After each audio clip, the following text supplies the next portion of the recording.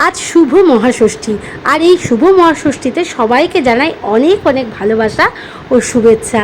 তো দেখো, সকাল সকাল উঠে কিন্তু সমস্ত কাজকর্ম সেরে স্নান টান করে আমি একদম রেডি হয়ে গেছি। আর আগেই কিন্তু আমি ঘরের ঠাকুরকে পুজো দিয়ে নিচ্ছি। সকাল সকাল পুজো দিলে কিন্তু মনটা একদম ভরে যায়। আর আজকে যেহেতু ষষ্ঠী, সেই জন্য ষষ্ঠী পুজো দিতে কিন্তু চলে যাব হচ্ছে বুড়িমাতলায়। তার আগে ঘরে দেখো সমস্ত কাজকর্ম হয়ে গেছে, ঘর গোছানো, স্নান করা, ঘর টর মোছা। তো ওই কারণে এখন আমি পুজোটা দিয়ে নিচ্ছি। আর তোমাদের দাদাভাই কিন্তু স্নানে চলে গেছে। আর আমার এদিকে ধুনোটা দেওয়া হয়ে গেলে, আর পুজোর সময় ধুনো দিলে কিন্তু সারা বাড়িতে একটা আলাদা রকম মানে অ্যাটমসফিয়ার তৈরি হয়ে যায়। আর মানে একটা পুজোর যে আমেজটা, সেটা বোঝা যায় ধুনো দিলে। আমার তো ভীষণ ভালো লাগে। আর চারিদিকে ধুনো দিলে একটা খুব সুন্দর একটা পবিত্র মনের মধ্যে একটা আলাদা রকম অনুভূতি তৈরি হয়ে যায়। তো আজকে তোমাদেরকে তো আগেই বললাম যাবো ষষ্ঠী পুজো দিতে। আর আমার ছেলে মেয়ে কিন্তু গতকাল থেকে রয়েছে আমার বাপের বাড়ি, মানে ওই বাড়ি, যেহেতু বোন এসেছে তো ওরা আসেনি। তো আমিও পুজো দিয়ে চলে যাবো আজকে বাপের বাড়ি। ষষ্ঠীর দিন আজকে মায়ের কাছেই যাবো, যেহেতু বোন আছে। তো সবাই, আমার তো এখন যাওয়া হয় না, এদের পড়াশুনোর জন্যে যেতে পারি না। তো আজকে সেই কারণে যাব। আর যেহেতু আমার ষষ্ঠী আছে, বোনের ষষ্ঠী আছে, মায়ের ষষ্ঠী আছে, জন্য আজকে তো আমরা ভাত খাই না কেউ। তো ওই জন্য এক জায়গায় বসেই যা কিছু খাওয়া দাওয়া সব এক জায়গাতেই হবে। তারপরে কিন্তু বিকেলবেলার দিকে আবার আমার একটু কাঁচরাপাড়া যাওয়া আছে, কারণ এখনও আমার কয়েকটা ব্লাউজ রয়েছে যেগুলো কিন্তু সেদিনকার দিদি দেয়নি, সেইগুলো আনতে যাব। তো এই সারাদিনের আমার আজকে এই পর্বই রয়েছে।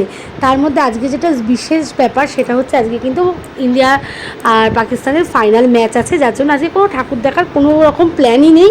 কারণ আজকে পুরো সন্ধ্যের থেকে আমি আর আমার ছেলে বসে খেলাটা দেখব, এটাই আমাদের আজকে প্ল্যান আছে। আর তোমাদের দাদাভাই ষষ্ঠীর দিন যেহেতু দোকানটা খোলে, সেই কারণে ওই দিন আমরা কোথাও যাই না। আর যেহেতু ছোটো মেয়ে এসেছে, এবার মেয়ে তো ওর সাথেই থাকবে, ওর সাথেই খেলাধুলো, ওর সাথেই ঘোরাফেরা। দেখো, কথা বলতে বলতে কিন্তু আমার পুজো দেওয়া প্রায় হয়ে গেছে। এবার তুলসী গাছের এখানে চলে এসেছি, এখানে জল দিয়ে পুজোটা দিয়ে নিয়ে চলে যাব কিন্তু ঘরে। আর আমি তো অর্ধেকটা রেডি হয়েই গেছি, আর বাদ বাকিটা রেডি হয়ে নেবো। আর এবার দেখবো তোমাদের দাদাভাইয়ের স্নানটা হলো কি না। কারণ তোমাদের দাদাভাই রেডি হবে, এখন প্রায় 8:15 হয়ে গেছে। আর বোনকেও বলেছি তুইও বেরিয়ে যাস, ও দিক থেকে বুড়িমাতলায় চলে আসবে, আর আমি আর তোমার দাদাভাই বেরিয়ে যাবো। তো এই যে দেখো, আমাদের দুজনেরই কিন্তু হয়ে গেছে। সকাল সকাল তাড়াহুড়ো করে রেডি হলাম, খুব একটা ভালো করে কিন্তু সেভাবে কিছুই মানে করতে পারিনি। তো যাই হোক, ঠিক আছে, চলো, একটাতেই হয়ে যাবে। এখন তো যাবো পুজো দিতে। আর দেখো আকাশটা কি সুন্দর লাগছে, পুরো একদম নীল আকাশ আর সাদা মেঘের ফেলা, মানে একেবারে পুজোর আকাশ, যাকে বলে সত্যি সত্যি পুজোর আকাশ। তো এবার আমরা কিন্তু একদম নিচে চলে গিয়ে রেডি হয়ে মানে রেডি হয়েই গেছি, বেরিয়ে যাবো। আর চলে এসেছি দেখো একদম বুড়িমাতলায়। আর এই যে সবার নামে নামে যেগুলো পুজো দেবো সমস্ত গুছিয়ে রেডি করে নিয়েছি। আর এসে দেখলাম মানে প্রথম একবারে হয়ে গেছে কিন্তু অঞ্জলি। তো এবার আমরা দ্বিতীয় ভাগে বসেছি। আর এখানে সমস্ত পুজো দেওয়া হয়ে গেছে, এবার কিন্তু অঞ্জলিটা দিয়ে নেব। আর বোন কিন্তু এখনও এসে মানে পৌঁছায়নি, তোমাদের দাদাভাই আমাকে পৌঁছে দিয়ে আর বোনকে কিন্তু আনতে গেছে। আর এই যে আমি এখন পুষ্পাঞ্জলিটা দেবো, পুষ্পাঞ্জলি দিয়ে নিয়ে আমি এবার বোনের জন্য ওয়েট করবো, কারণ ও তো এসে অঞ্জলি দেবে।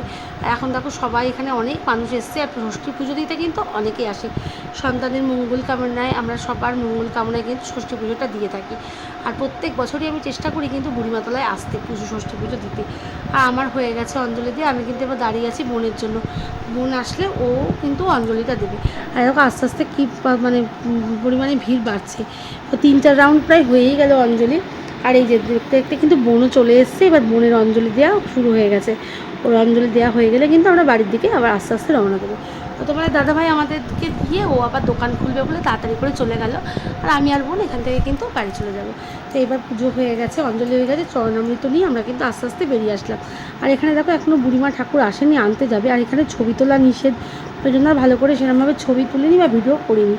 তো যাই হোক, তারপরে কিন্তু দুপুরবেলা বাড়ি চলে গিয়ে খাওয়া দাওয়া করে রেস্ট নিয়ে সাবু খেয়েছিলাম।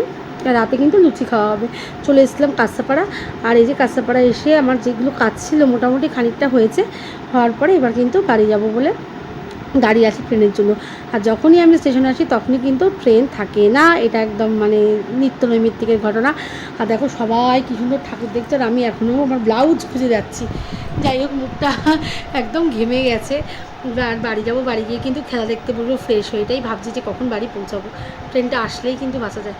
তো এখনও কিন্তু ট্রেনের কোনো খবর নেই। যাও বা একবার ট্রেনের খবর হলো, সেটাও লালগোলা। যাই হোক, ভিডিওটা কেমন লাগলো তোমরা অবশ্যই জানিও।